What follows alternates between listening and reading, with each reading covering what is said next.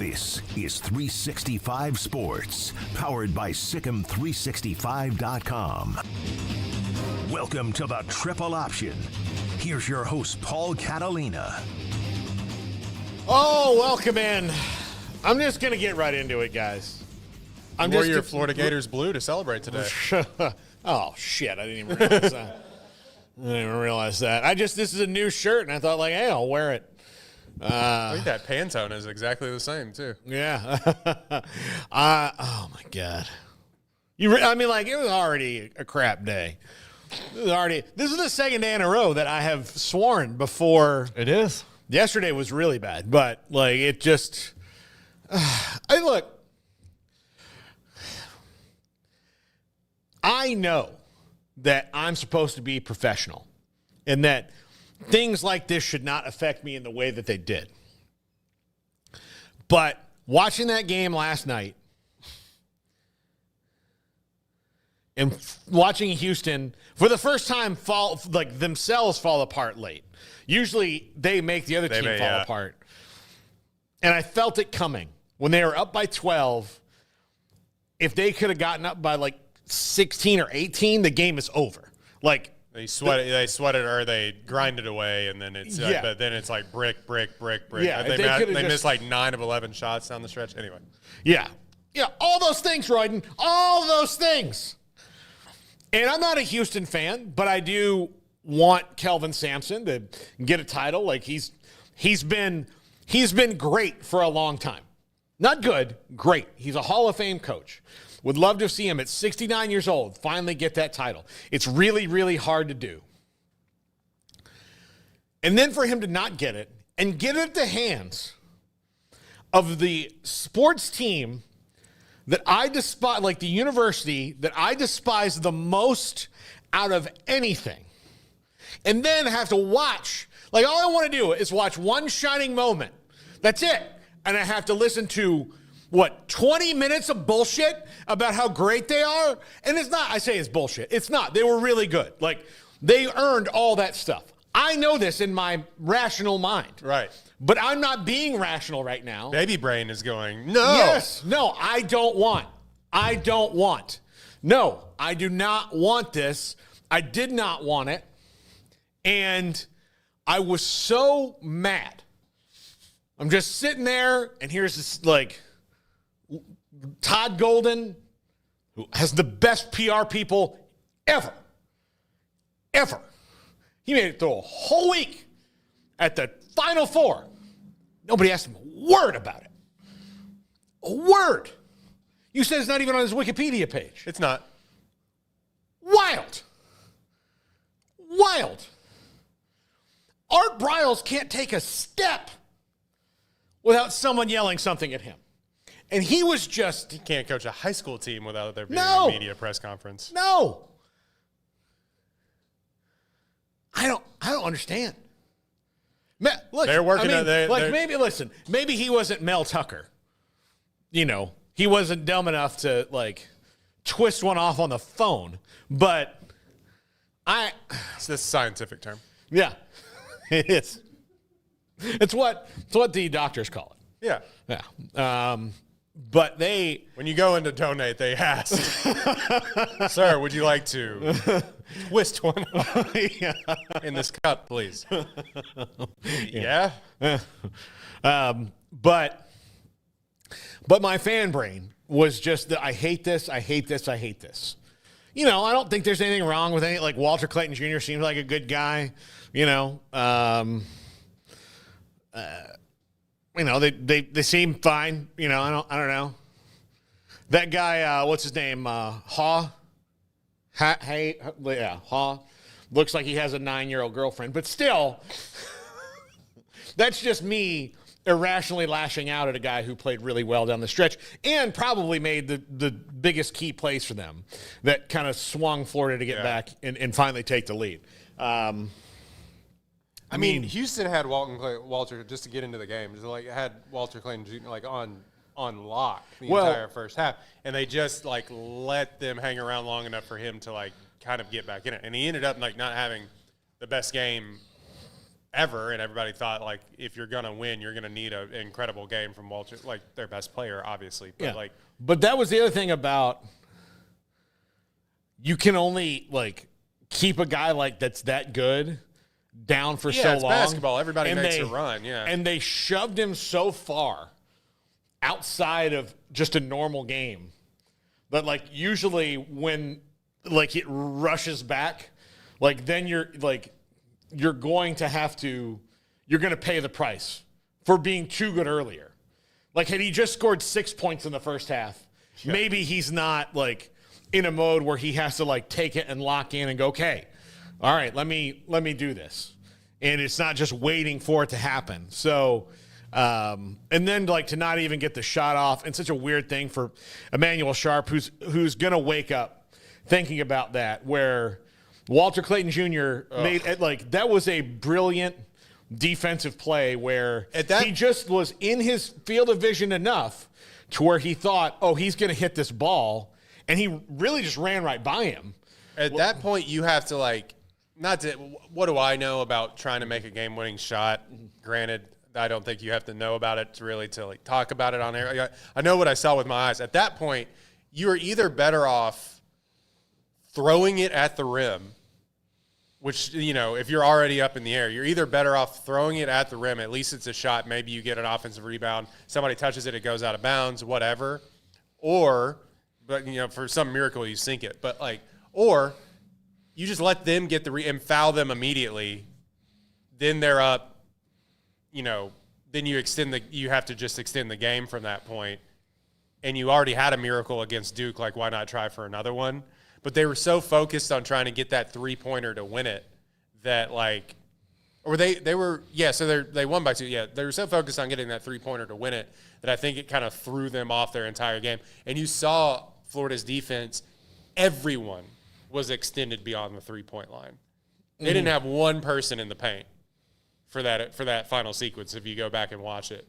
And, like, they were just in L.J. Cryer's lap. They were, you know, and the fact that he didn't get the ball back to, like, try and take the final shot, even though he had kind of started bricking down the stretch, was just kind of a tough way. It was a tough way to end a national. Also, anticlimactic and bad way to end a national championship game.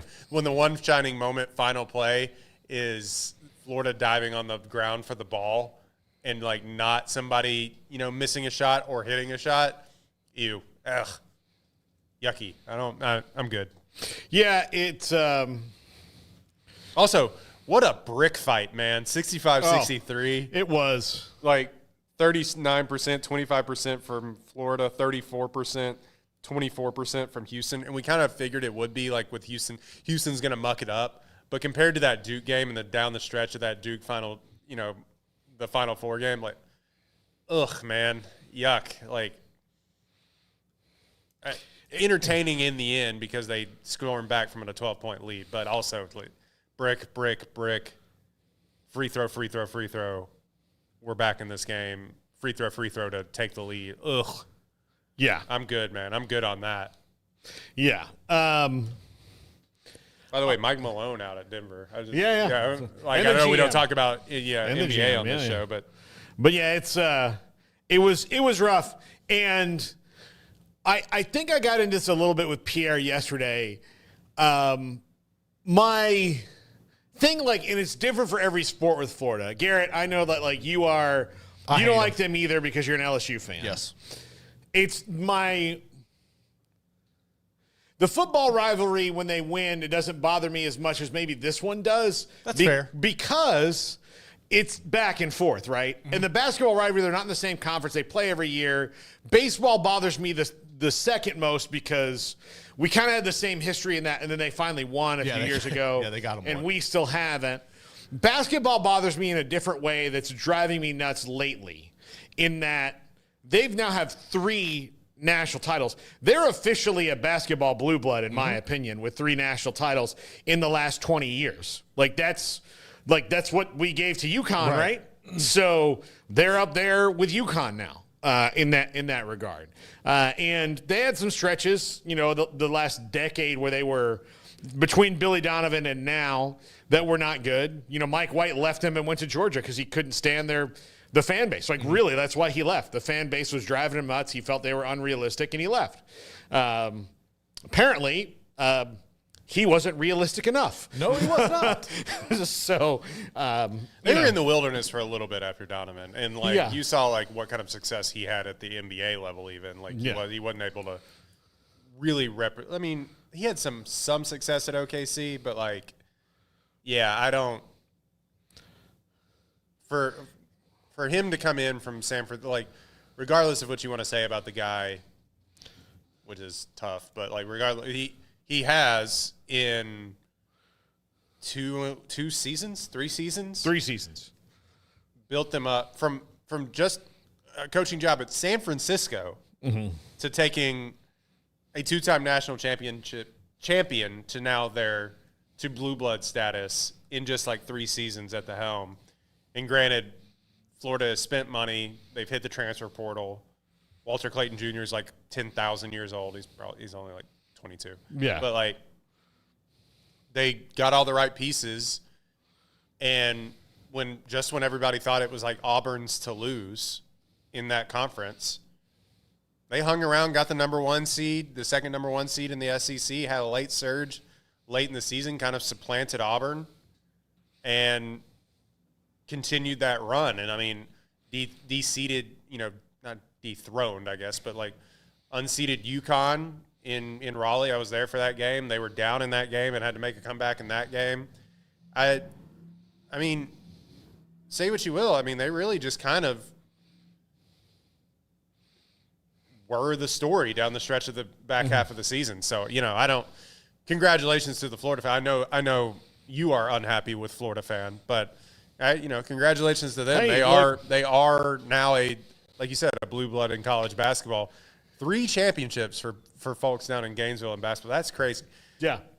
They also kind of it's kind of fluky because those 2 back-to-back, you'll never see that at, I mean, UConn did it, but like, it feels like you'll never see that sort of replicated again. Mm-hmm.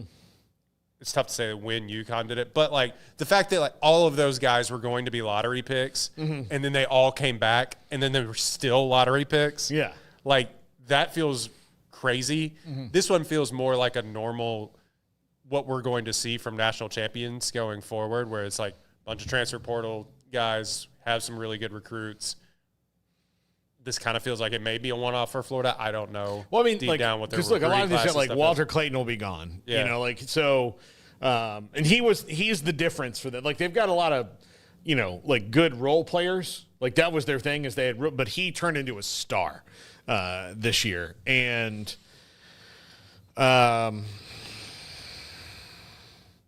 he turned into an absolute star. And it's like Will Richard will be gone. I'm just going down the line. Like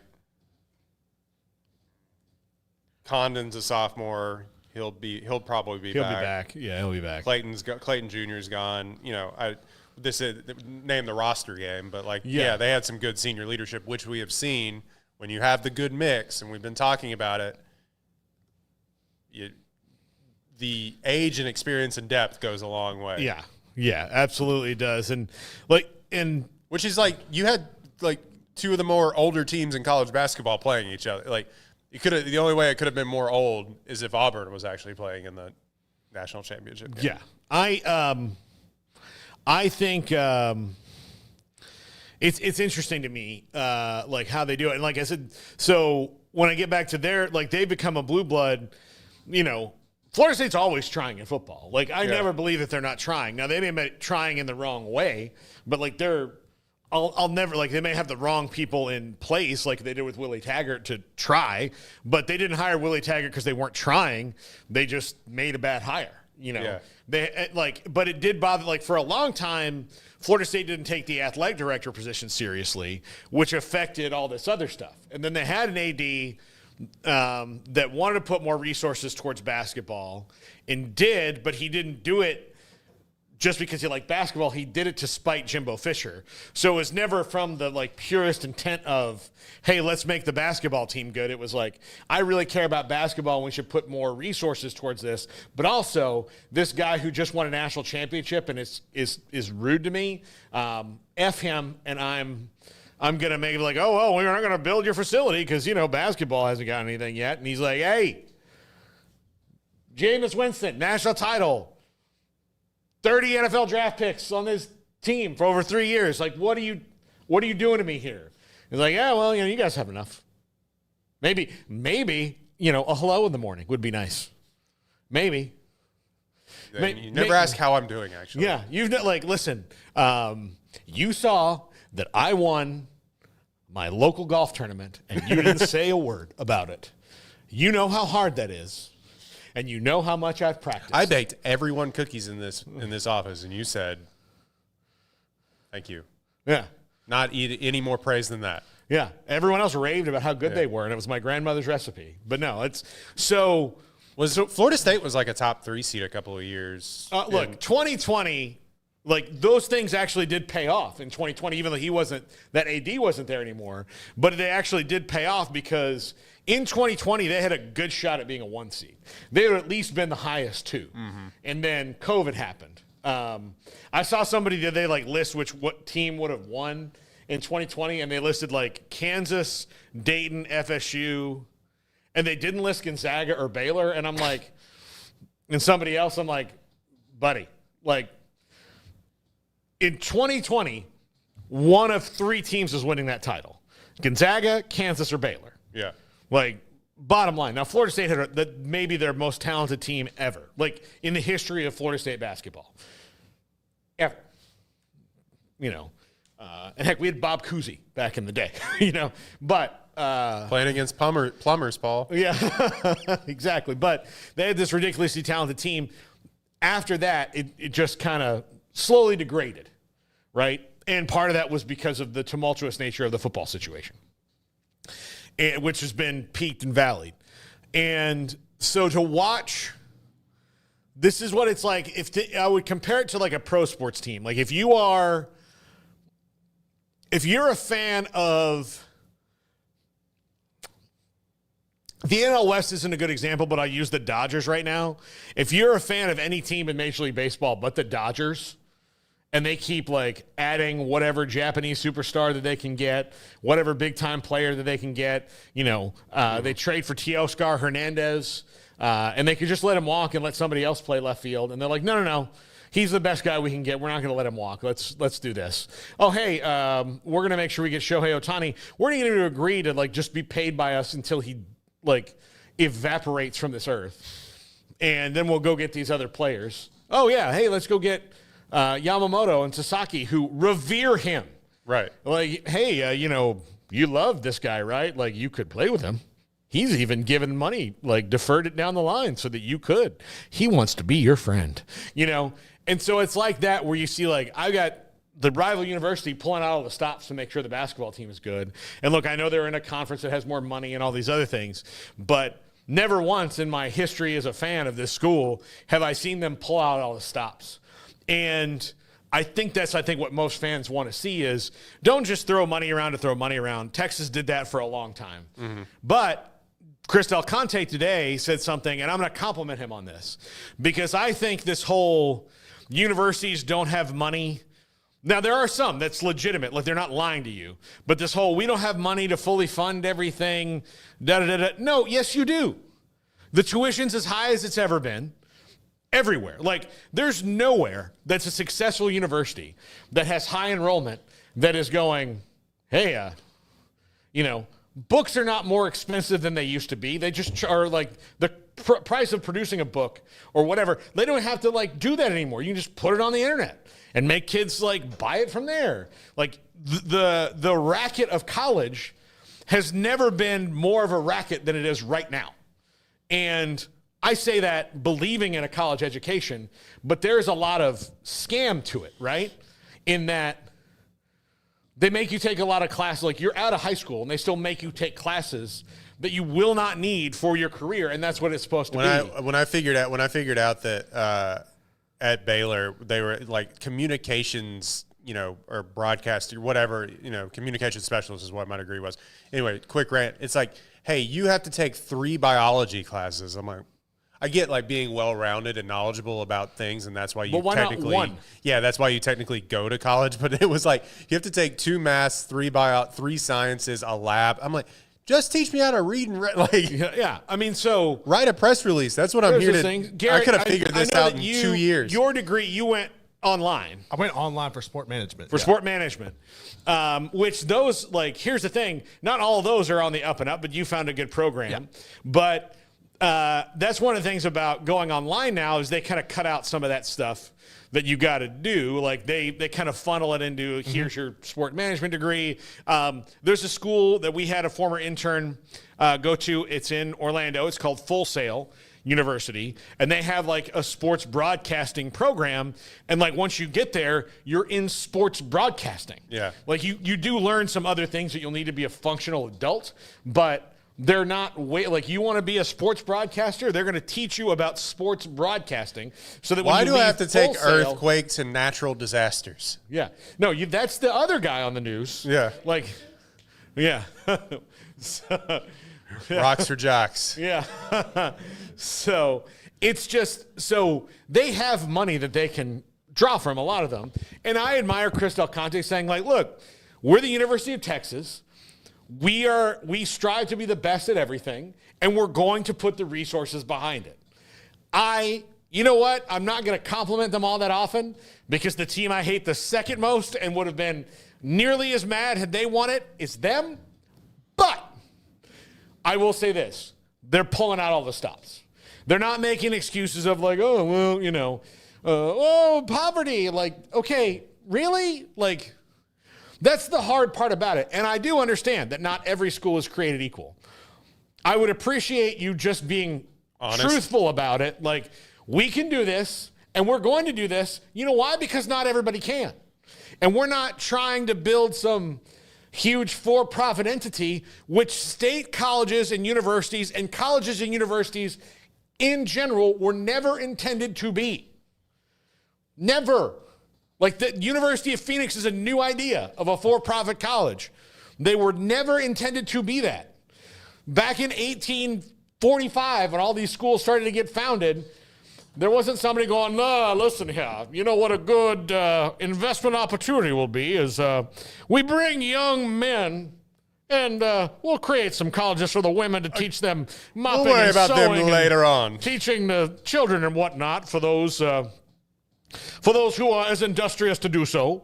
Far be it from us from allowing a woman to have one of the 6 jobs we'll allow her to. But it would be very profitable if we set up a school and made them learn for 4 years about things, literature and art and mathematics and science.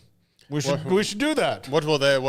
And Sarah, what will they get out of this? They'll be qualified for jobs. But how will they know? Yeah, because we'll give them a paper. A piece of paper. How much will this paper be worth? Now, 10 hay pennies. Later on, immeasurable debt. Yes. Yeah, exactly. They will work their entire lives and still send a check to the bank that gave them their loan. That's the best Mulaney bit is like calling, colleges calling to get donations. You spent it already? I gave you $100,000 at 21 years old, and you spent it already? Yeah. So they have the resources, and they're going for it. I understand that Florida State is limited on their resources, but also from a leadership standpoint, they've never taken it seriously enough to go, oh, well, because you do, like, if you want to do that, like we talked about A&M for the last 2 weeks about this. Yep. A&M takes it seriously. They've never figured out how to do it. They get in their own way. They get in their own way, but at least they take it seriously enough to like, hey, they're going to do this. We're going to do this.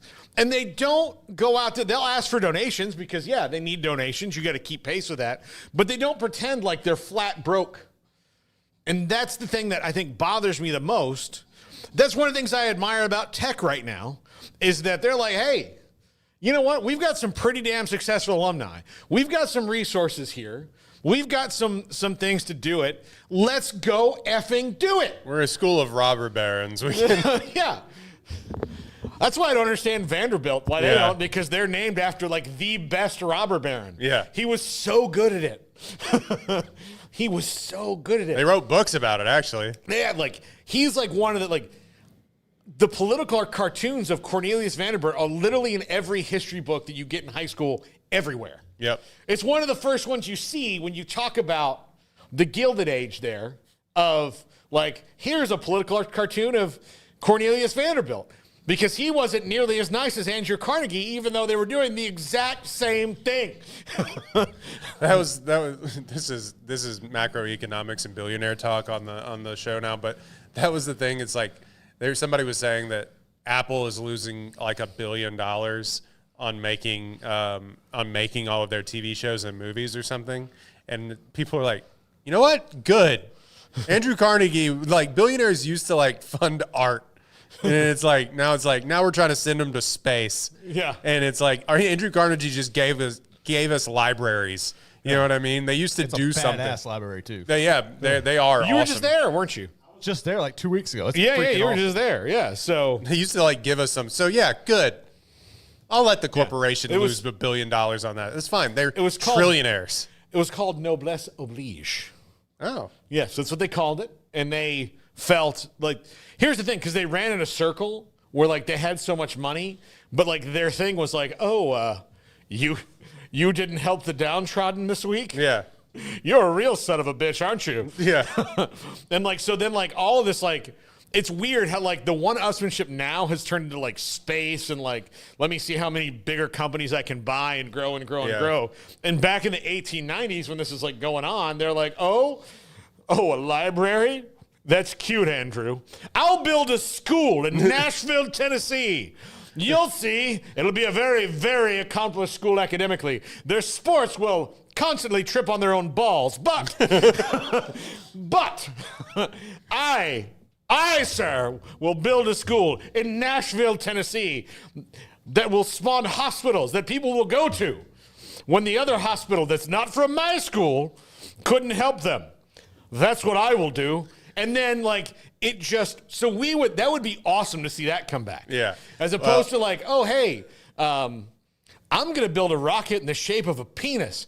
And I'm such a gigantic asshole that no one at my company will be hey, did you see Austin Powers? Did you see it? You just did Nobody this. calls it. Yeah. Everybody's just let it happen. You just did that. No. He's doing it. Okay, all right. Or they did it just to mess with them. And then he's this is the best looking. He didn't check the final blueprint. He got out there. He's like, oh no. Wait till Richard Branson sees this thing. He'll be green with envy. And just that's. They also used to do it so the plebs, us, wouldn't riot. That was yeah. a little sprinkle for you. Oh, thank you. I won't riot. Yeah. Well, they also didn't have PlayStations. Yeah. I'm hey, you got to go to the riot?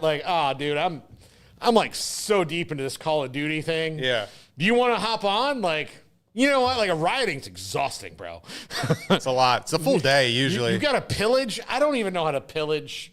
Yeah. I haven't had a pitchfort. I sold my pitchfork actually. Yeah. I have 3 more episodes of The White Lotus to catch up on. I can't.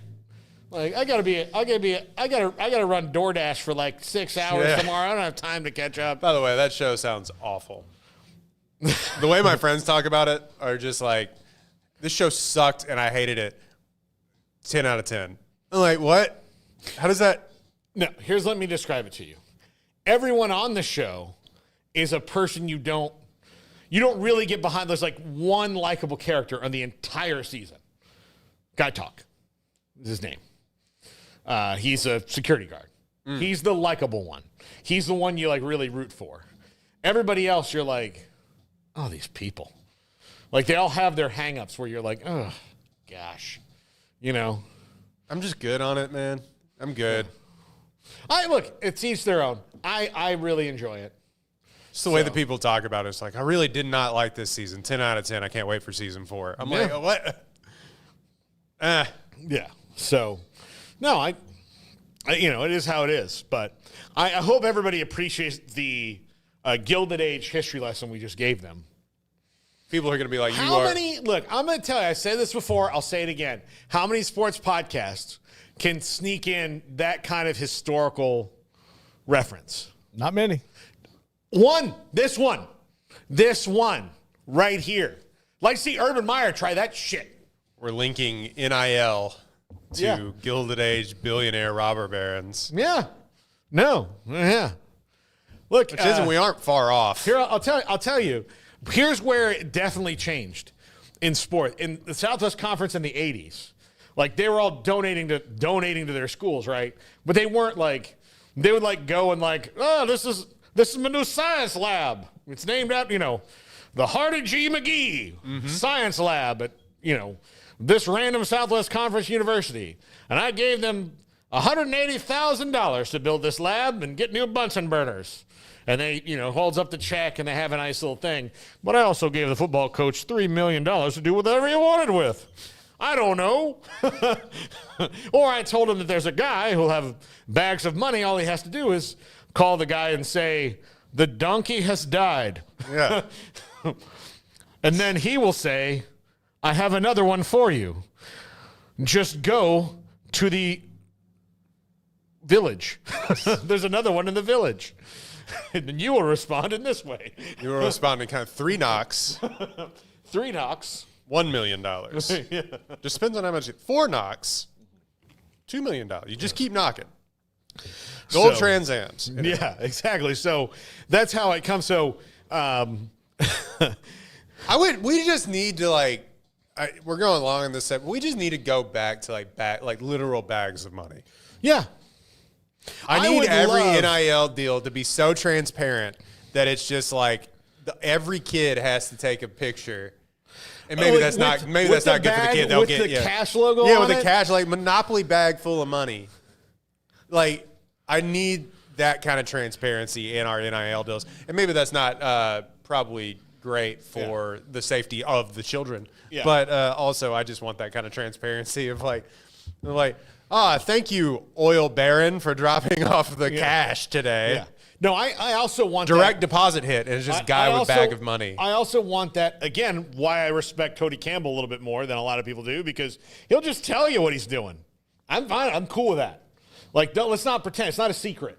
Yeah. Like, I don't understand, like, a lot of that's protecting the kids from, like, the social media backlash of, all this. But, so I get that part. But, I just like transparency. I think that during political debates that you should have, like, they should have to wear their sponsors, like a there's NASCAR, like a NASCAR right? thing. Yeah. No, I think instead of suits, they should put on the jumpsuit, and it should be like big oil, big tech, like a terrible thing that you didn't think even had a lobby, but they do. Marlboro, we hadn't seen that one in a while. Yeah, like we are for Soylent Green. Yeah. Which, in case you know what Soylent Green is, and the younger people in the room are not. people. Yeah, Soylent Green is people, and it was a Charlton Heston movie that ended with him figuring out that this food that they were giving to people in a time of famine was people. Another one of the reference, Snowpiercer, if you haven't ever seen Snowpiercer. Yeah. But anyway. Soylent Green is people. Is people. Yeah. So anyway, when we come back, Kelvin Sampson's a Hall of Famer. He does not have his title yet. How much longer do we think he will go in search of that? And how much of a bummer is it to see a guy 30 years younger than you accomplish what you've been trying your whole career to do? This is the Triple Option.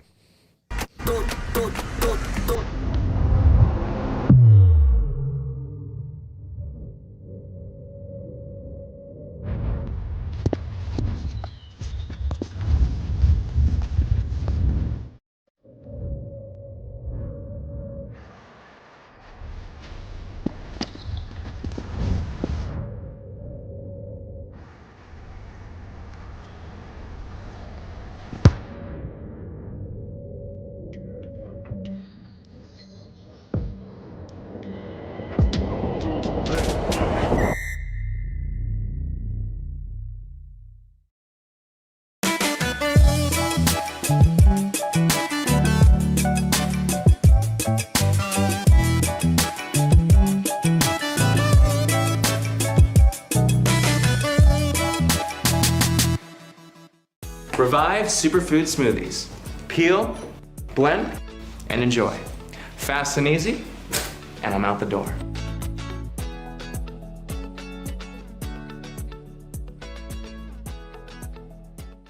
Life will test you. It'll turn your world upside down. Again. And again. And again. The only way to hit back is to stand up. Stand up every time. And say, I'm not done.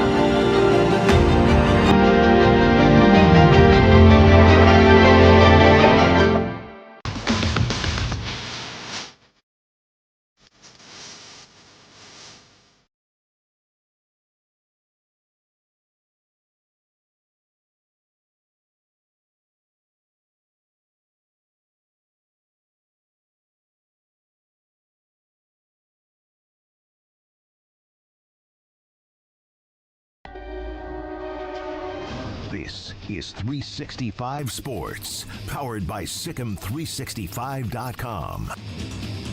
Welcome to the Triple Option. Here's your host, Paul Catalina. All right, so Kelvin Sampson, one of the true greats in this business,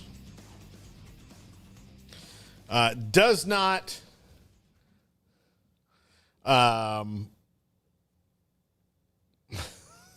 Alan does not like me because I picked Florida to win. But, I mean, look, I was trying to win this thing, which, by the way, I didn't. So I picked against my nemesis, and I came in fifth.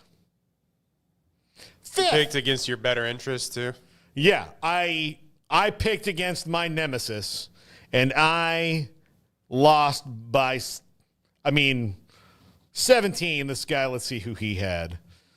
Yeah, he only missed. He had everything perfect after the round of 16. I mean, he was near perfect, but he had it. He had it down just a little bit better than I did. Man, just depressing. I came in fifth. So was it a bracket challenge? Yeah. Oh. So because there was money involved, friendly thing. But yeah, so no, I didn't finish in the money. Didn't finish in the money. No, I finished fifth. So that makes it even worse that I let my brain do the talking. It was like, hey, you really do think they're going to win? And I even picked them to win against Houston. Yeah. And no. He had the final four all correct. He picked all four ones. All ones. That's the difference between him and like most of the rest of us. Are like some people pick Houston and not Florida. Yeah, I went pretty chalk too in my bracket that I shared with people, and it was just like, and I still only was at and I picked Houston to win, and I still was only at the like 70th percentile or something like that, and I went like 2-1, 3-1 or something like that in the bracket. And still was so far off. That's why this tournament sucked. Yeah. Like, outside of the Duke run in some of their games, and especially the Duke-Houston Final Four, this tournament wasn't good, man. Yeah. As far as, like, excitement, now people may be like, you saw you saw better basketball, like, with all the one seeds making it, yes, but also national championship, I said it last segment, yucky, like. Yeah. I mean, look, we saw some great basketball over the weekend. We saw there were not a whole lot of buzzer beaters in this tournament. Like, I'm watching One Shining Moment last night. It was evident that like most of the good plays came from the middle of games and not the end. Right. As where you have some tournaments where like One Shining Moment is literally like from beginning to end, outside of like reaction shots from sidelines or fans. It's like, oh my, at the buzzer. Yeah, one of them was like Alabama sets a record for three-pointers. And you're like, okay. Yeah, all right, great. But like scored like 100 points. That wasn't like, there was no thrill to that. No, I think they blew that team. They blew the doors off that team, I'm pretty sure. Yeah. But yeah, anyway. You want to talk about Kelvin Sampson? Yeah, Kelvin, it's a bummer. Like, who knows if he'll get that chance again. It's really hard. This is the first time he's ever played on the Monday night in his career. And it takes like they're still going to wind up being really good, but they're like Juwan Roberts, LJ Cryer, Uzan, they're all gone. Yeah, I said last time they're two of the older teams that have played. Like and I thought I had seen this tweet before the game started, and I just was looking at it just during the break. No freshmen played in the game last night. Yeah. Yeah. So anyway, it's rough. It's rough for Houston fans. They're going to feel that one that's a Buckner moment. Yeah. Maybe not to that, but maybe not to that degree, but it is one of those things that they'll think about all the time. Again, distill this from my buddy Dex, who I do the podcast with. Houston fans are going to be waking up in a cold sweat going, shoot the ball. Miami got robbed when they lost to Ohio State in the championship game in 2002 on a pass interference penalty. That kind of thing. I don't know if it's as egregious as the Chris Webber timeout or anything like that. No, that one was. No, it's not, because that was. But as far as unforced errors, yeah, and that maybe it was forced. That was forced. That was Walter Clayton. He just got in his vision. I don't know if Walter Clayton would have hit the ball or not. He was just running at him, and then Sharp, hitched, and then had to drop the ball because he came down. Yeah, and then, if you're anyone, the biggest mistake they made was just go tie it. Yeah, exactly. Just go tie it. They know that you're going to, you've got three guys, Sharp, Uzan, and Cryer, who are all above 40%, who you want to, get this shot off. Well, why don't you send somebody down low and just tie the game? Arsenault or Roberts. Yeah. And do it. I don't even know who was on the floor at that time, but, sprint Roberts towards the basket. And he had a tough game. Shout out to Shoemaker High School, but he had a tough game. He was only 3 of 13 on the day. Granted, he was giving up 7 inches to the guy that was guarding him. It felt like, but yeah, you're right. It's you watch the play again, and everybody was extended past the 3-point line. It was in there, just living in their back pockets. But as far as Kelvin Sampson goes, it's so crazy. Because I very vividly remember when he was and it's funny how far we've come. Wasn't he nuclear a little bit? He had a show cause after Oklahoma because of recruiting violations. Now, those recruiting violations were too many phone calls. Right. Scott Drew actually had similar things that happened here.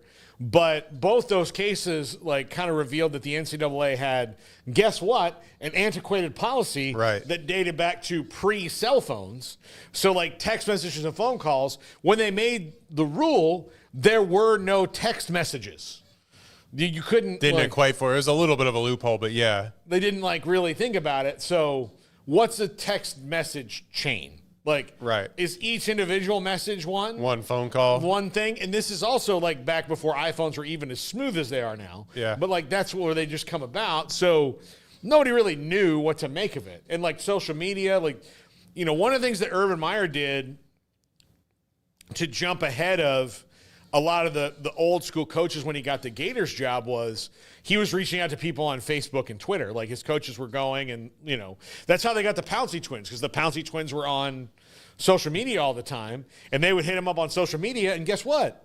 There was not a rule about how much you could contact somebody on social media until they were like, hey, some of our coaches are 78 years old, and they don't know what Twitter is or Facebook or MySpace, which was around at the time.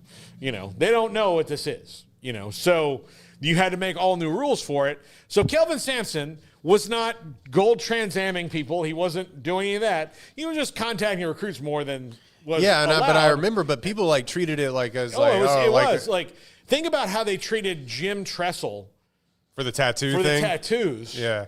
And I remember at the time did they fire him or did he quit? I think they had to leave. They pushed him out, because of it, because it was such a scandal. And the thing about it, I remember at the time being so righteously indignant, how dare you lie? how dare you do this? And they got tattoos. And here's the thing about the tattoos. Like, Garrett has some.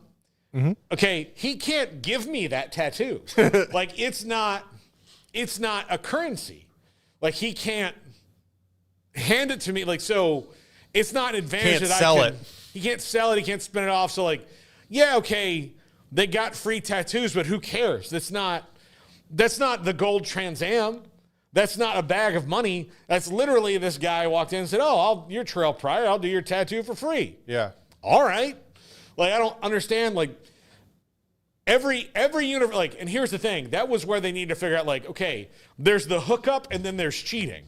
Right. Like, that's just the hookup. Which brings me to Jameis Winston. That was the hookup. It all comes back to Jameis. Yeah. But there's the hookup, and then there's cheating and stealing and all these other things.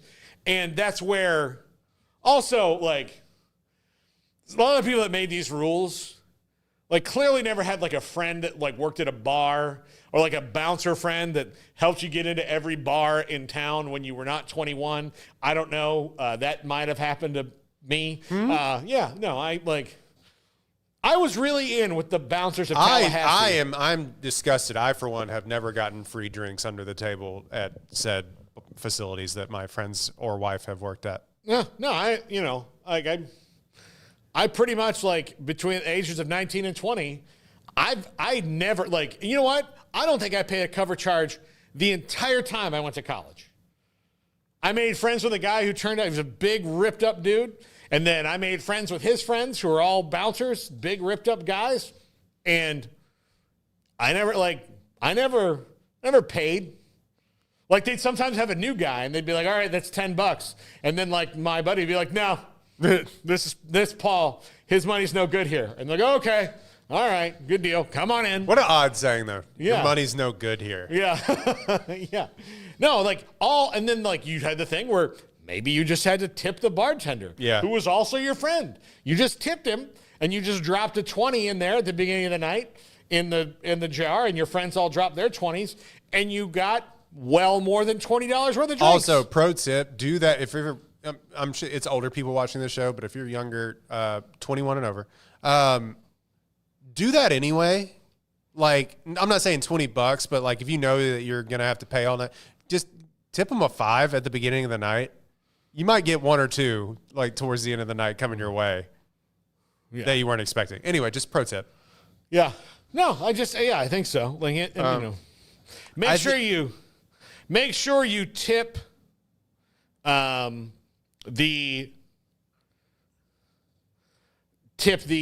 DoorDash driver before you get your order. Oh, that way sometimes they you forget to get and it you have right. to send it later. Yeah, tip them before. I think now it's almost required, but it used to be like you could tip after, which I understand. Like, you want to make sure it's right. Like, if they didn't get it right or didn't show up, which I'm on a string of I just forgot your item. What? Yeah. So I think so all the way back to Kelvin Sampson. Indiana flamed out, right? If I have this timeline in order. Indiana flamed out, which turns out may not just been a Kelvin Sampson thing, may just be an Indiana thing. Considering he was great at Oklahoma. Yeah. So Oklahoma, that's when he got in trouble. He gets in trouble. Houston has incredible for a team that has never won a national championship. Houston had about as much history as you can possibly have, albeit by the time I saw a video the other day, I think Houston put it out.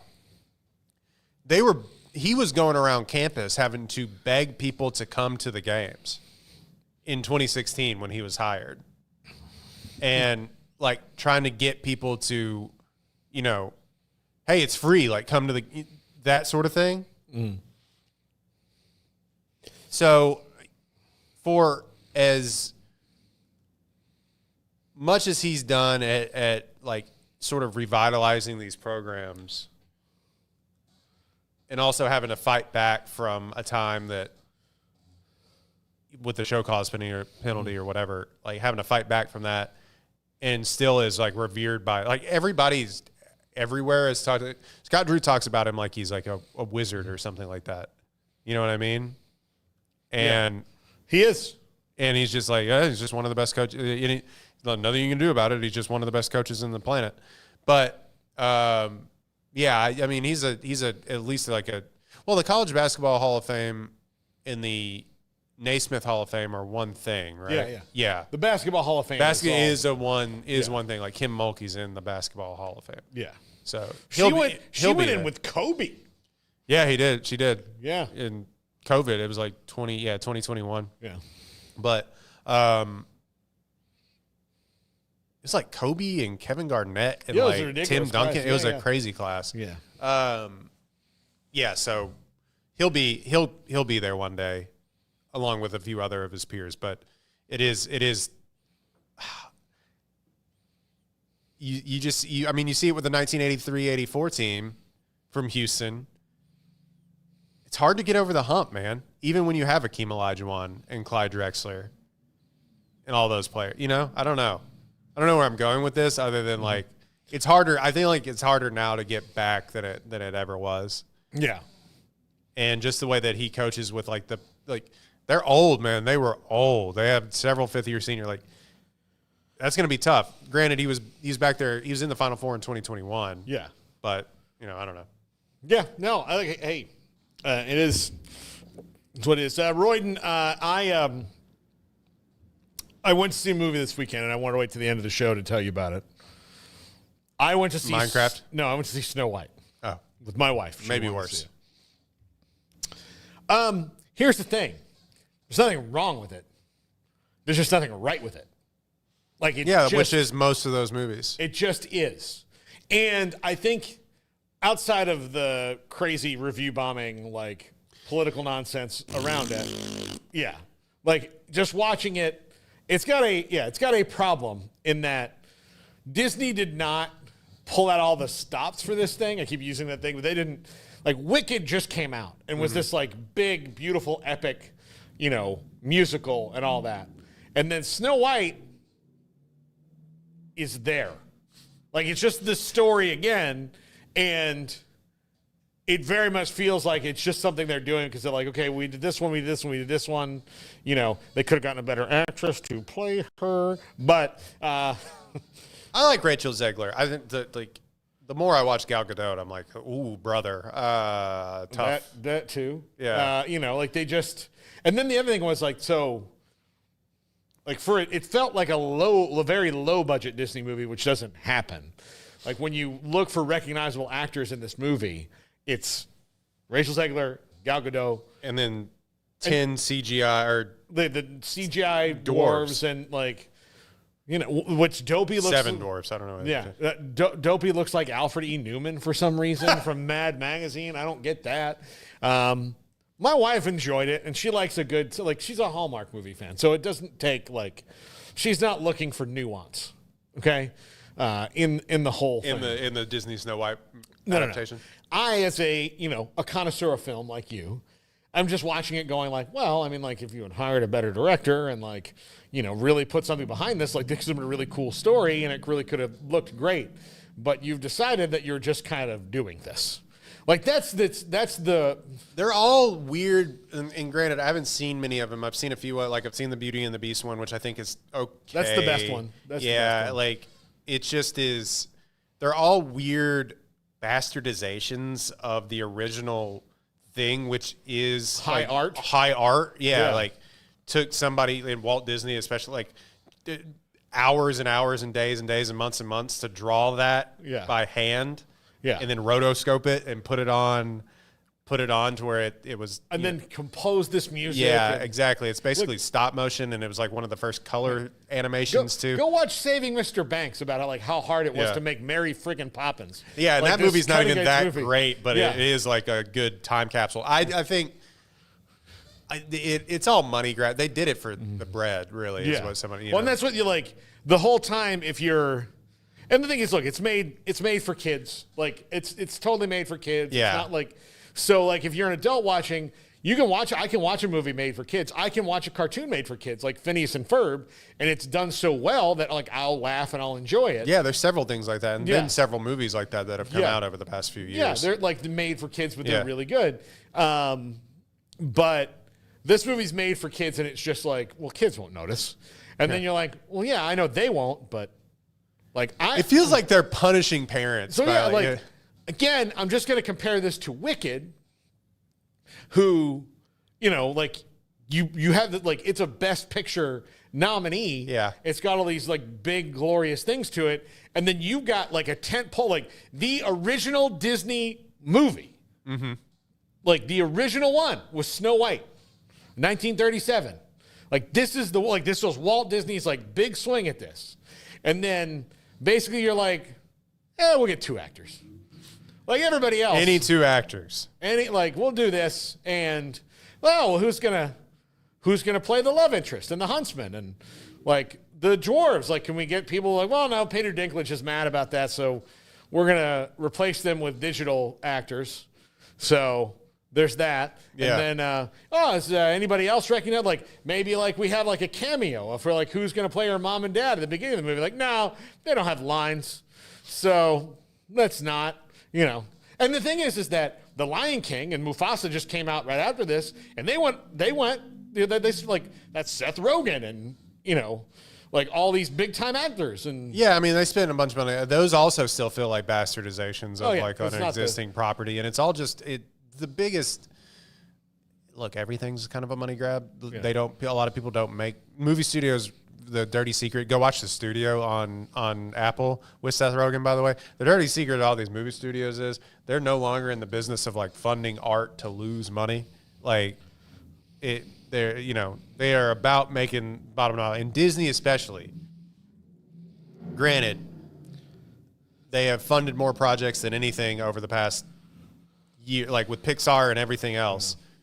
They have put more movies into movie theaters and left them there than any other studio combined. Yeah. Granted, those movies vary in degree of how good they are. But that being said, they are very much throwing crap against the wall and see even if it sticks. They're phoning it in. And it is a phone-in job with half of those things. What IP do we have? Screw it. Who cares? They'll take their daughter or son to go see that. Like who gives a shit? Like it kind of pisses me off. I get it. And look, here's the deal. It's made for kids. One of the best movies I've seen this decade is Barbie, because they took nothing and made it something. Yeah. It's Greta Gerwig and her team basically got together and go, look, we got hired to do this.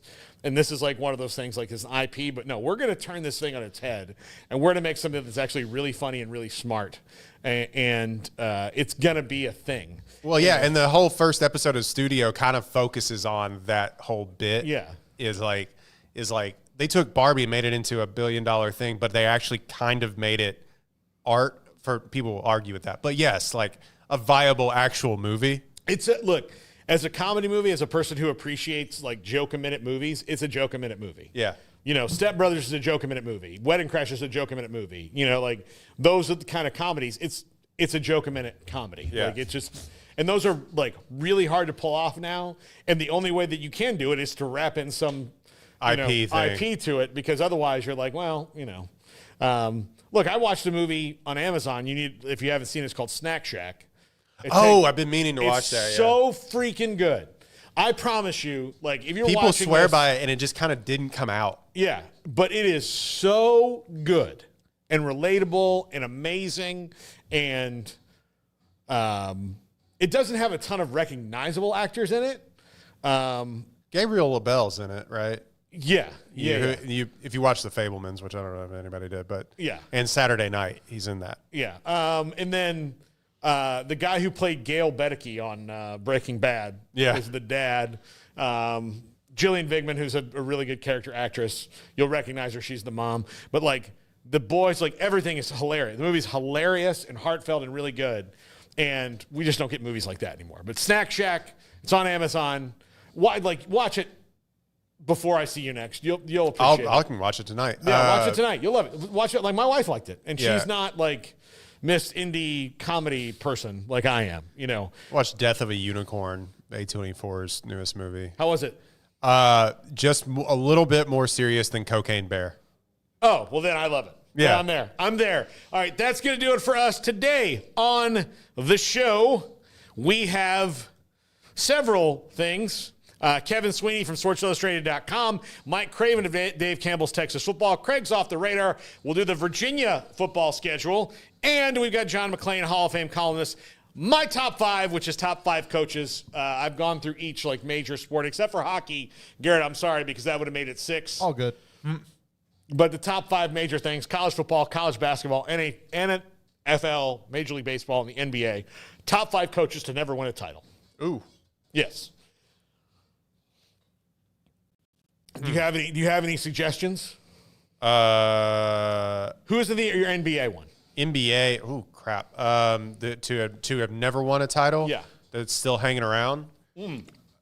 Anytime. Oh, anytime. Oh, crap. Putting me on the spot here. I wanted to say Tom Jonovich, but he did win a title. Jeff Van Gundy, or maybe Mike D'Antoni with all the it's Jerry Sloan. Oh yeah, The guy Jerry had Sloan. Stockton and Malone, but I don't. So many other that people. shows you how much I don't care about those Utah Jazz things. Like I don't care, man. Jerry, He caused me so much heartbreak when I was a kid. Utah Jazz fans still wake up and watch Screaming, Michael Jordan. yeah. I'm buying Reeboks, you son of a bitch. So that's gonna do it for us. We'll see you in an hour, everybody. Overwhelmed by your inbox? Clean Email is here to help. Organize, clean, and manage your emails with powerful automation tools. Say goodbye to spam and clutter and enjoy a stress-free inbox. Try Clean Email